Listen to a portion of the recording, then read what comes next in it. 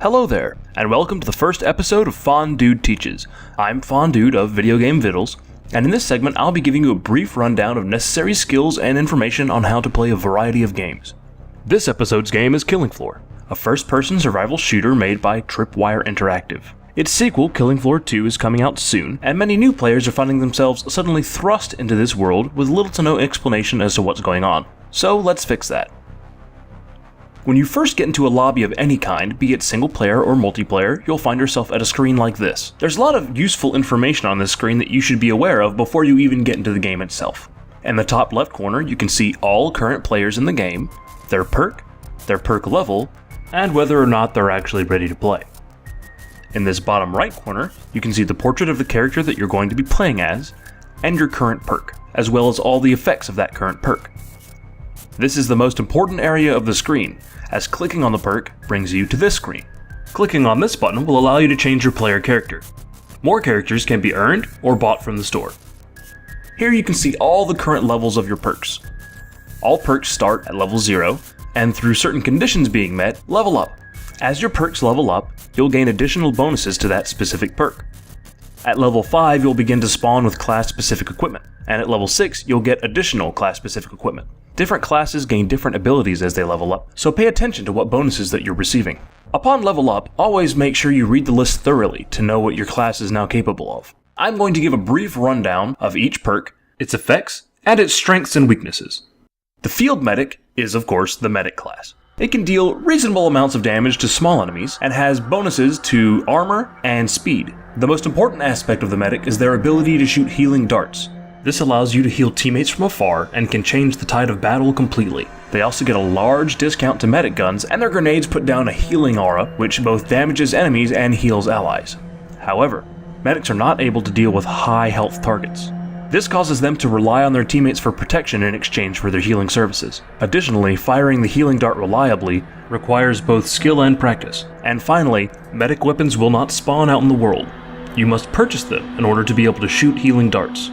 The Support Specialist is a very versatile class, capable of dealing heavy, high-concentration damage to high-value targets, and dealing widespread damage to many enemies with piercing attacks. They are also given more grenades and more carry slots. The downside of this perk is that you are very money-dependent, requiring a lot of cash to stay effective in the late game. They also suffer from high reload times, especially in weapons that don't have a clip. The Sharpshooter class is able to deal high-precision heavy damage from long distance. Some enemies which pose a great threat close up become completely harmless at long range. The Sharpshooter is slot hungry. You'll commonly find yourself relying on one heavy weapon for larger targets and a pair of pistols for smaller enemies and close range. Lastly, Sharpshooters are in danger of being surrounded by mobs of smaller enemies. The Commando specializes in automatic weapons. This is good for groups of small enemies. He is also able to see cloaked enemies and enemy health bars within a certain range. However, commando weapons tend to have high recoil, which gives them low precision. They may need help with larger, more powerful enemies. The Berserker class is a very valuable class when played correctly. He cannot be grabbed and can stun lock certain larger enemies, as well as getting damage resistances. Since they don't have to purchase ammo for their weapons, they tend to have a low cost as well. Berserkers who are doing well and are well equipped are able to assist their teammates by giving them cash.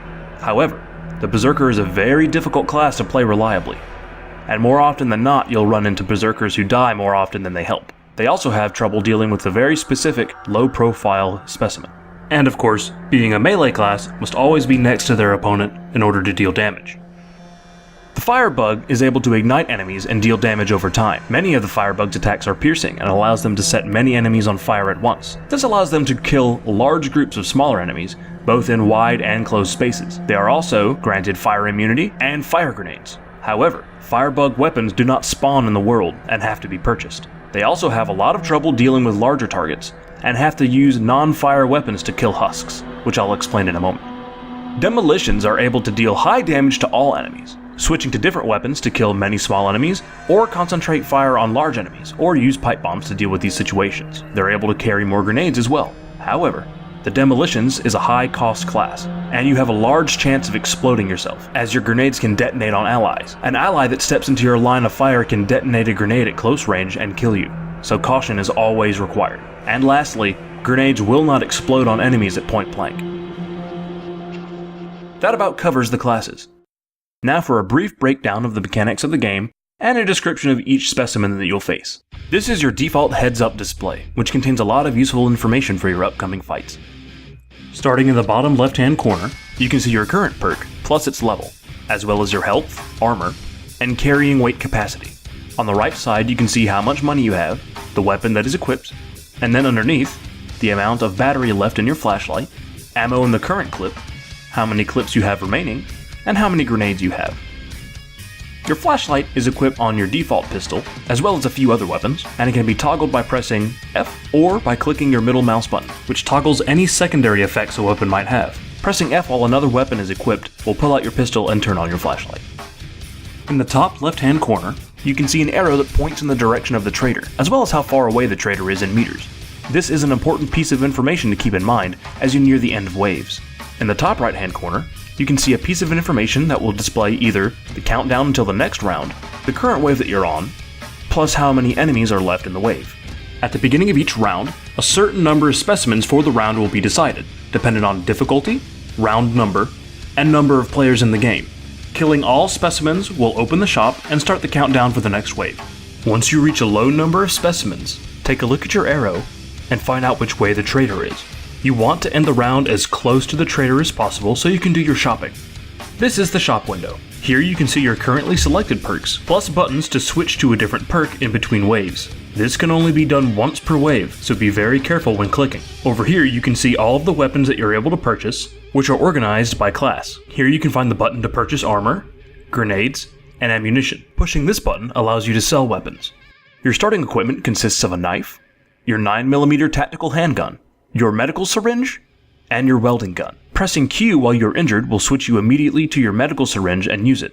However, using your medical syringe on an ally uses up less of its charge, as seen at the bottom of the screen.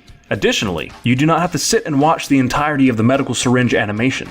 After injecting yourself, you can press any of the weapon buttons. This will cue you to switch to that weapon more quickly than it would to wait for the animation to finish.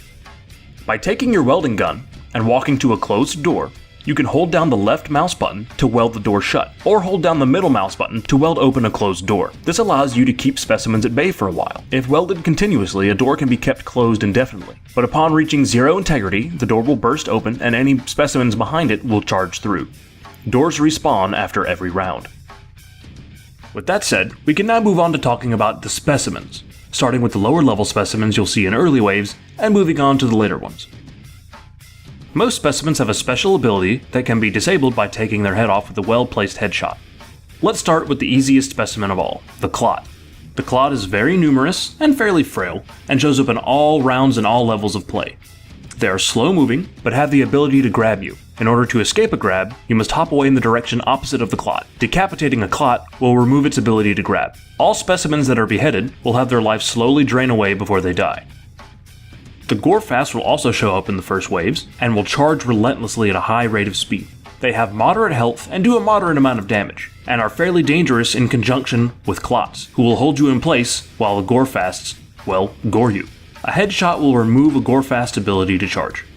The crawler is the specimen that most berserkers have problems with, as they are very low to the ground. They have a hopping ability that allows them to clear distances and jump over other specimens. They are fast, but also very frail. They are very dangerous in groups, and have special spawn points that they share with stalkers. They can drop out of air vents, off of roofs, and from other confined spaces. I'm not sure if decapitating them will remove their jump ability, as I have never seen a crawler survive more than a single shot. Stalkers are small, frail, and share spawn points with crawlers. They have a unique ability to cloak, becoming nearly invisible, but they are still visible through a very distinctive visual sheen. This sheen is much more visible in areas with bright light effects. Being hard to see, it is very likely that they'll group up and attack you without you knowing that they're there. Again, I am unaware if shooting them in the head removes their cloaking ability, as I have never seen a stalker survive a single shot.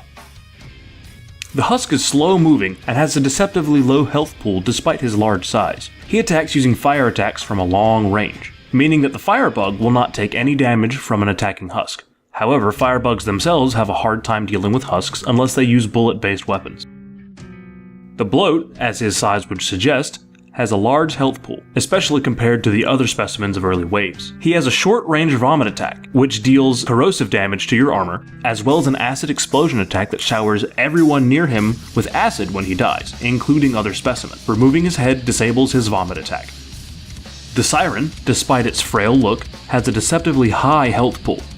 Its scream attack can pierce armor, dealing direct damage to your health. Any explosive traveling through the air, such as a rocket or grenade, will be destroyed by this scream as well. The Scrake is a slow pursuer. Once within range, it will deal high rates of damage with its chainsaw. In addition to this, damaging it past a certain threshold will activate a charge, wherein it will move much more quickly towards the person it is pursuing. A sharpshooter armed with a crossbow can decapitate and kill a Scrake with a single shot. Aside from this, Scrakes are not able to be decapitated, and must be dealt with directly.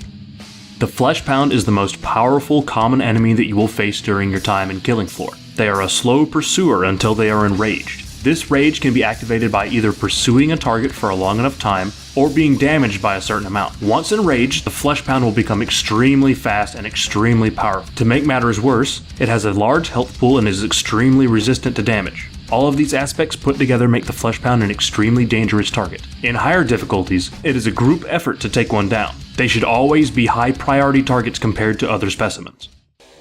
And lastly, I'll show you no mercy.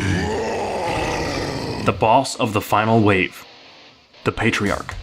The Patriarch has a wide variety of attacks, including a claw attack, a chest tentacle attack, a Gatling gun, and missiles.